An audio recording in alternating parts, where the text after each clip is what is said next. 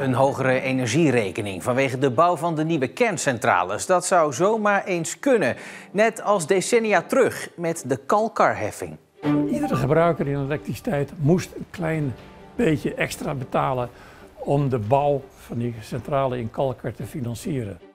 En verder in het nieuws vandaag. Anonieme Zeeuwse graven verdienen erkenning. En wie wil er een kattenpleegouder worden?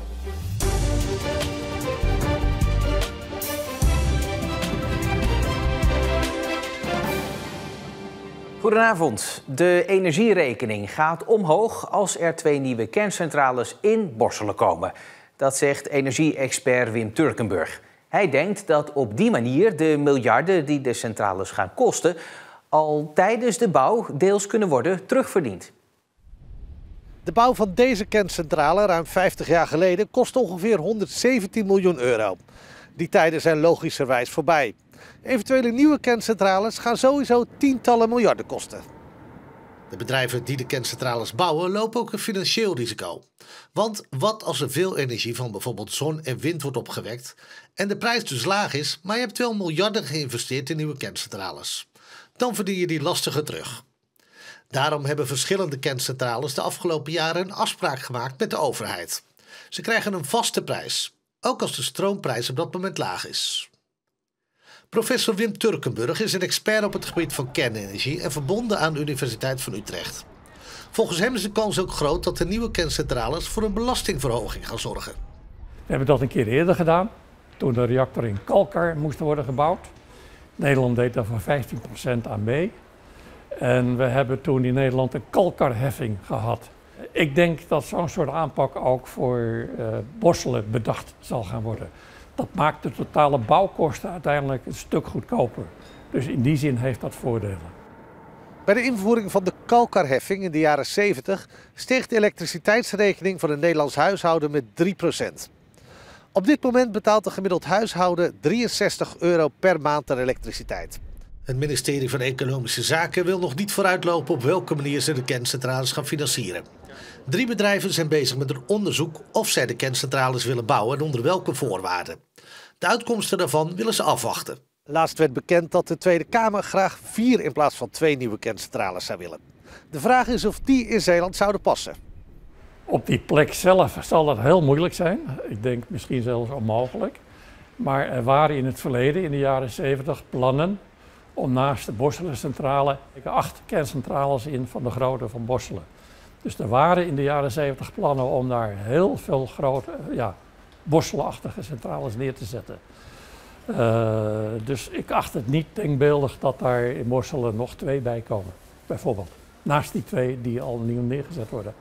Het besluit of er überhaupt 2 nieuwe kerncentrales in Zeeland komen, wordt in 2025 genomen.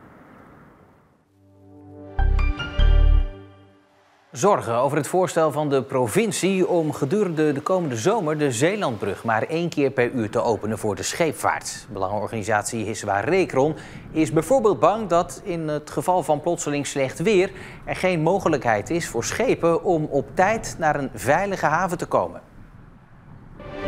Kinderen waren ook wel een beetje van slag.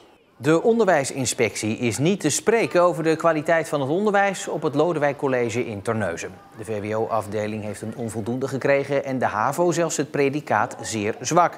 Volgens de school is dat best te verklaren. 5 jaar geleden hebben we de fusie gehad. Daarna is corona uitgebroken. Nou, dat helpt ook niet mee om een goede nieuwe teamvorming te doen. En daardoor sta je eigenlijk al op een stukje achterstand.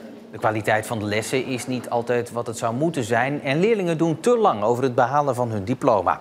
Gerard ten Beste is door de school binnengehaald om weer orde op zaken te stellen en is optimistisch.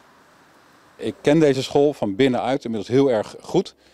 Ik zie de power die de collega's hebben, ik zie de power wat het management heeft.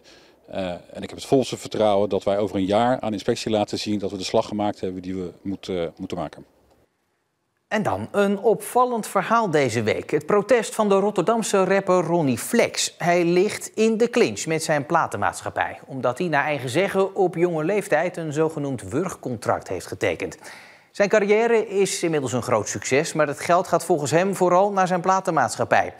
Nu wil hij andere jonge artiesten waarschuwen en die boodschap kan ook hier in Zeeland op bijval rekenen. Ja, ik vind wel dat je zeker jonge opkomende artiesten daarvan bewust moet maken van weten wat je ondertekent. Al een aantal jaar adviseert ze jonge talenten voor Pop aan Zee. Ook zij heeft soortgelijke situaties als die van Ronnie Flex voorbij zien komen en weet hoe belangrijk het is om de kleine lettertjes te lezen. En als je eens in aanraking komt met een boekingskantoor of een label, laat het altijd checken door je ouders, door een vriend, door Pop aan Zee, door een jurist voor mijn part. Maar het is echt belangrijk om gewoon te weten wat je tekent. En het draait volgens haar om vertrouwen. Weet wie je voor je hebt tijdens de onderhandelingen. Want als het niet goed voelt... Dan gaan er al alarmbellen rinkelen. En let bijvoorbeeld op de duur van het contract. Of kijk eens naar de percentages. Kortom, haar advies en dat van Ronnie Flex is duidelijk. Check, check, dubbelcheck.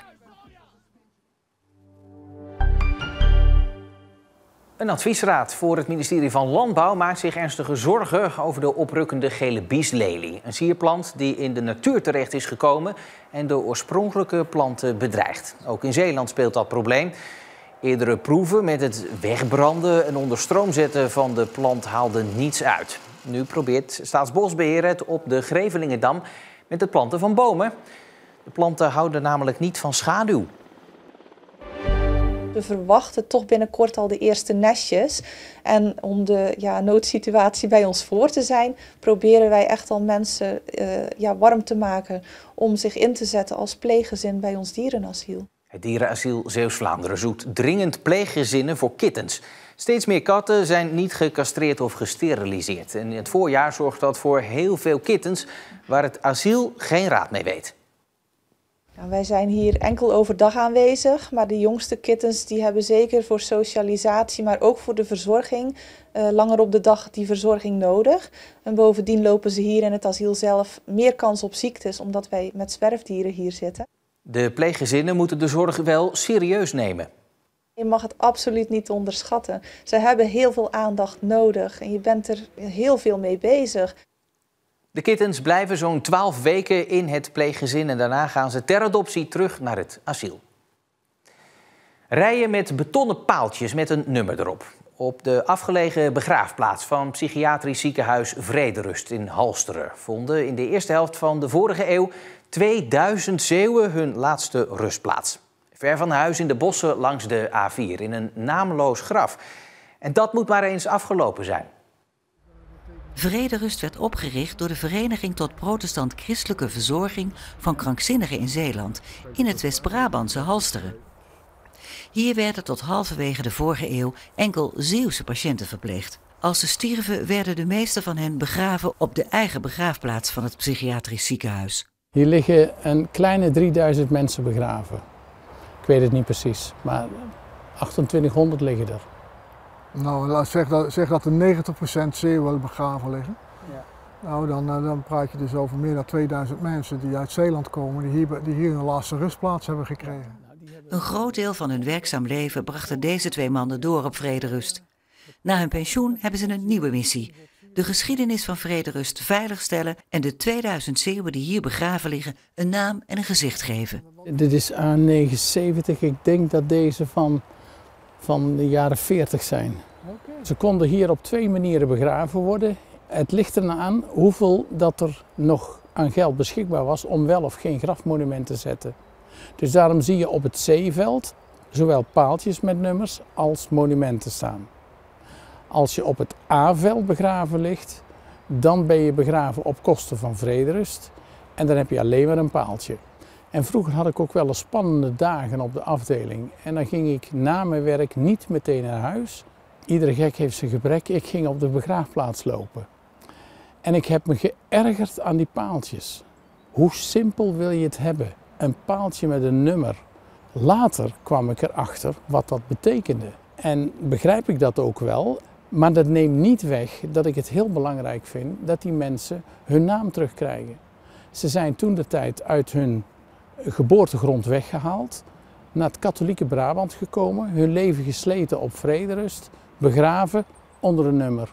Nou, dat kan niet. Het gaat er ons om dat patiënten die hier begraven zijn zonder monument dat ze hun naam terugkrijgen.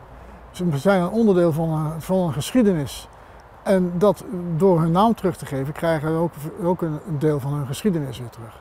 Die combinatie die vinden wij belangrijk. Je vindt ook in het archief correspondentie terug van bijvoorbeeld een mevrouw wiens man hier zo jarenlang verpleegd is geweest. Die komt te overlijden en die smeekt eigenlijk in een brief aan de directie: wilt u mijn man begraven, want ik ben te arm om een graf te betalen of een monument te betalen. Dat zijn natuurlijk wel schrijnende dingen als je dat leest. Het zou dan ook mooi zijn dat zijn naam dan ook nog terugkomt in dat monument.